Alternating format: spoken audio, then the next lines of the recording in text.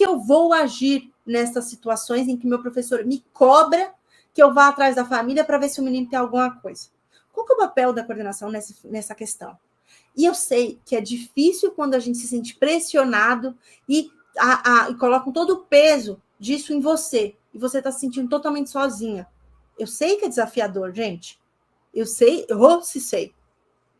Especialmente quando a gente fala de família e com a criança com dificuldade, com transtorno, que os professores ficam taxando e pedindo incessantemente para que você chame a família.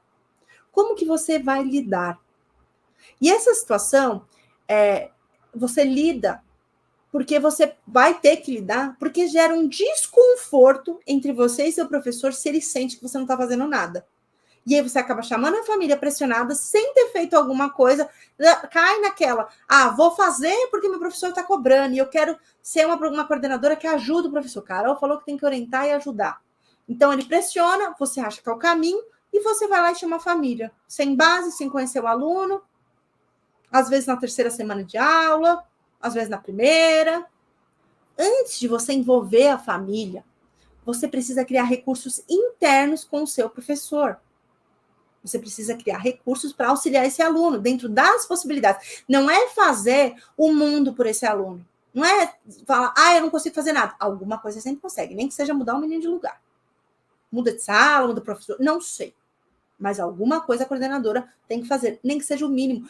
Carol, eu só consigo o mínimo. Tá tudo bem. É o que você consegue enquanto escola? Então essa é a sua parte.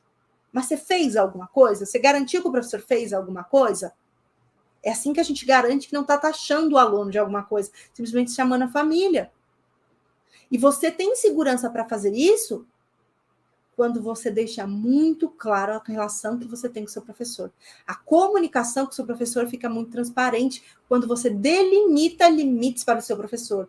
Como, por exemplo, março, vocês têm até março para conhecer os alunos. Após isso, a gente vai chamar as famílias. Após você analisar, pensar em estratégias internas, conhecer esse aluno, aí sim você pode sugerir para o professor uma reunião com a família para avaliar, para conhecer. Após apenas ter avaliação e estratégias internas. Muitas vezes, quando o professor pede para chamar a família, na primeira semana, segunda semana, no primeiras semanas de ano letivo, não é que o professor queira mal o aluno ou queira tirar o corpo fora, mas é parte do ser humano. Todo ser humano quer que a culpa não seja dele. Se eu já garanto que esse aluno tem alguma coisa, vai ter um transtorno, alguma coisa, eu posso me eximir da responsabilidade se der alguma coisa errada. Isso não é só o professor que faz, não. Todo mundo faz isso. Em maior ou menor medida, em algum ponto ou nesse. Tá? Então, é importante que a gente se atente a isso. Mas eu, enquanto coordenadora, tenho que mostrar que a responsabilidade é da escola. Eu, enquanto coordenadora, tenho que ter segurança para lidar com o professor e falar, após um certo período, seja ele março, abril, depende da sua realidade. Depende de quando que você volta.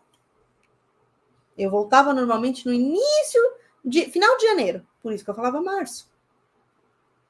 Você tem que garantir que o olhar do seu professor seja de empatia e ajudar o aluno. E não de culpabilizar e buscar a nomenclatura para se livrar de um problema.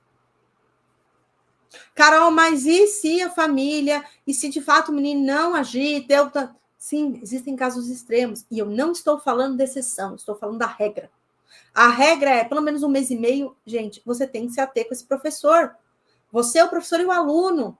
Esse é o seu papel. Garantir o acolhimento e garantir que o seu aluno não seja rotulado. Seja uma escola pública ou seja uma escola particular, o pai ainda está pagando, seja imposto ou seja mensalidade. Para que você, coordenador, oriente seu professor.